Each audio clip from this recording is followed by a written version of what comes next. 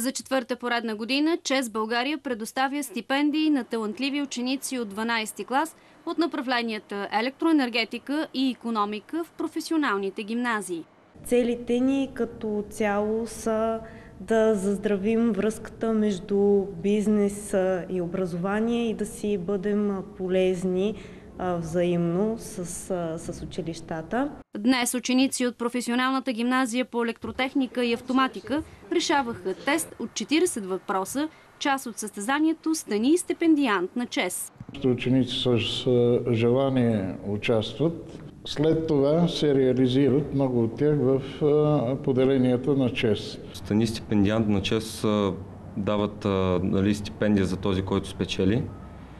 И това е много добра перспектива за мен да продължа да се развивам. Стани стипендиант на ЧЕЗ се провежда под патронажа на господин Карел Крал, регионален мениджър на ЧЕЗ за България, който днес лично пожела късмет на участниците в състезанието.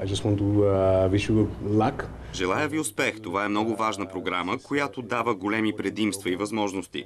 Финалът на състезанието е през март 2016 година, когато на тържествена церемония ще станат известни имената на победителите.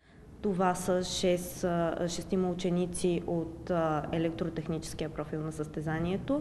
Те ще получат стипендия за целия втори срок на учебната 2015-2016 година, която е в месечен размер 70 лева.